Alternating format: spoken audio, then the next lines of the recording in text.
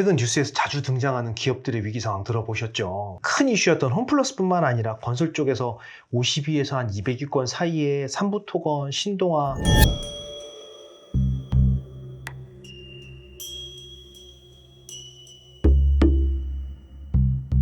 이런 회사들까지 회생 신청을 했다는 기사가 많이 보이고 있는데요. 이런 뉴스가 나온다는 건 그만큼 경제 상황이 좋지 않다는 신호일 수 있겠잖아요. 예, 맞아요. 실제로 최근 기사들을 보면 수많은 기업들이 경제적 어려움 속에 있는 것으로 보이는데요. 가장 핫한 뉴스 중 하나죠. 유통공룡 중 하나인 홈플러스가 법인회생 절차를 밟고 있다고 하네요. 그 외에도 올해 1월에서 2월 사이에 문을 닫은 건설사들도 109곳에 이른다고 하네요. 예, 이런 상황 보면 이미 우리 경제 전반적으로 어렵다는 신호들이 곳곳에서 보이는 것이 아닌가 싶은데요. 그런데 변호사님, 이렇게 홈플러스처럼 사업이 어려워진 회사들이 법인 회생을 고려하는 이유가 뭘까요? 네. 기업들이 법인회생을 신청하는 이유는 여러 가지가 있을 수 있겠죠. 우선 가장 큰 이유는 유동성 문제라고 보여요. 경제가 어려워지면 기업들의 매출이 감소하고, 당연히 매출이 감소하면 아시겠지만 일정 매출을 올리기 위해서는 어느 정도 인력이랑 설비 등 고정비는 계속 끊임없이 줄이 될 거거든요. 그러다 보면 매출 감소는 결국 수익성 악화로 이어질 수밖에 없고, 수익성이 악화되면 당연히 자금이 부족해지잖아요. 자금이 부족해지면 신용이 악화되고 운영에 필요한 자금을 대출해주는 은행은 없으니까 결국 이런 문제들이 돌아가면서 악순환을 일으킨다라고 볼 수가 있겠죠. 결국 회생이나 파산을 신청하는 건 수익성 악화에 따른 유동성 부족이 가장 큰 원인이라고 보여지고요. 물론 수익성이 좋은데 아주 예외적으로 법률이나 어떤 사고 등 이슈로 인해서 일시적으로 자금이 경색되는 회사들도 있긴 하거든요.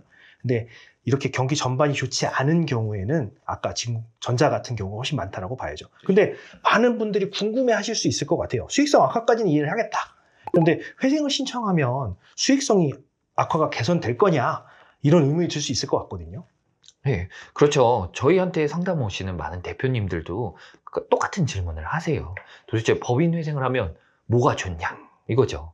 법인 회생은 회사가 법률 안에서 보호를 받으면서 채무를 재조정하고, 그리고 그 과정에서 경영을 정상화하려는 절차입니다. 특히 기존의 채무를 줄이고 변제 기간을 늘리는 방식으로 회사의 부담을 그렇죠. 적게 하는 거기 때문에 이런 과정을 통해서 다시 살아날 수 있는 기회를 마련받게 되는 거죠. 법률적 보호라고 하셨는데 어떤 게 있을까요, 거기엔? 구체적으로 좀 설명을 드리면, 일단 회생 신청을 하게 되면요, 법원은 채권자 전체의 형평을 위해서 철저하게 회생 신청한 회사를 관리하고 보호를 할 필요가 있습니다. 그래서 함부로 채무를 갚을 수도 없게 되는 그렇죠. 거고요. 압류나 가압류 같이 채권자들이 법적인 절차를 들어오는 것도 막게 됩니다. 앞으로 회생이 들어온 회사가 얼마를 어떻게 갚을 수 있는지 충분히 고민을 하고, 그러한 시간을 가지고 변제를 할 수 있도록 허락해 주는 거죠. 이러한 제도가 바로 포괄적 금지 명령 제도에 있죠. 그런데 그것만 가지고는 또 충분하지 않을 수 있을 텐데, 그렇죠. 더 추가적으로 뭐가 있을까요? 이 수익성 악화가 결국 단순히 회사가 돈 갚는 것만 제한한다라고 해서 해결된 문제는 아니잖아요. 그래서 채무자회생법은 앞으로 회사가 얼마를 벌어서 어떻게 갚을 수 있을지를 계산을 하고, 그 범위 내에서 갚을 돈을 5년이나 10년 동안 나눠서 천천히 갚을 수 있도록 조절을 좀 해주는 게 가장 큰 장점이라고 할 수 있거든요. 예를 들어서 채무가 한 10억 원 정도 있다라고 봤을 때 30% 정도는 10년 동안 나눠서 갚도록 해주고, 나머지 70%는 주식으로 바꾸도록 하는 게 결국 회생 계획안, 회생 제도거든요.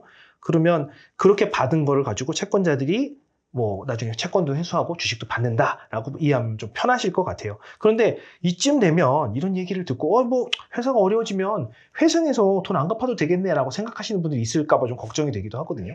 사실 이 부분이 정말 중요한 포인트긴 한데요. 그렇죠. 사실 회생 절차가 만능의 절차는 아니거든요. 사실 회생을 신청해도 중간에 파산을 맞는 경우도 있고요. 회생 신청이 기각되는 경우도 있고요. 그렇죠. 갚을 수 있는 돈이 아주 적어서 채권자들이 동의를 하지 않는 경우도 허다하게 있습니다. 무엇보다 채권자들의 동의를 받아 인가되고 나서 종결을 하더라도 사업을 유지하지 못해서 결국엔 다시 파산으로 돌아오시는 경우도 있죠. 그냥 하다가 안 되면 회생을 해야지 라는 그런 생각만으로 하기에는 위험이 부담이 있을 걸로 보입니다. 맞아요. 사실 회사가 회생을 진행하려면 절차에 필요한 비용, 뭐 변호사 보수, 예납금, 인지 송달료 등도 확보해야 되고요. 그 외에 초기에 자금이 묶였을 경우에 대비해서 어느 정도의 운영비도 가지고 시작하는 게 좋기는 하거든요. 그리고 그 외에 준비해야 될 서류, 뭐 조사위원을 설득하고 채권자들 동의 받아야 되는 절차까지 결코 쉽게 볼 수 없는 절차입니다. 뭐 반대로 또 생각해보면 너무 거부감을 가지실 필요도 없으세요. 회사 대표님들 중에 회생이라는 단어 때문에 이거 절대 안 돼! 라고 생각하시는 분들이 계시긴 하거든요. 그런데 잘못하면 개인이 가지고 있는 재산까지 전부 다 회사에 넣고 더 이상 운영할 수 없는 지경에 이를 때야 오시는 분들도 계세요. 그렇죠. 그때는 회생은 꿈도 못 꾸고 당연히 무조건 파산을 하셔야 되거든요. 그러니까 회사를 살릴 수 있는 골든타임을 놓치시는 거라 저 입장에서 볼 땐 아쉬운 때가 한두 번이 아니죠.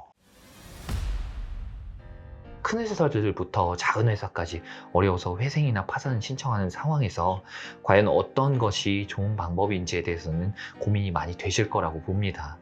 그럴 때일수록 냉정하게 수익 구조도 분석해 보시고 비용 구조도 분석해 보셔서 어떤 방법이 좋을지 한번 결정을 해보시는 게 좋을 것 같고요.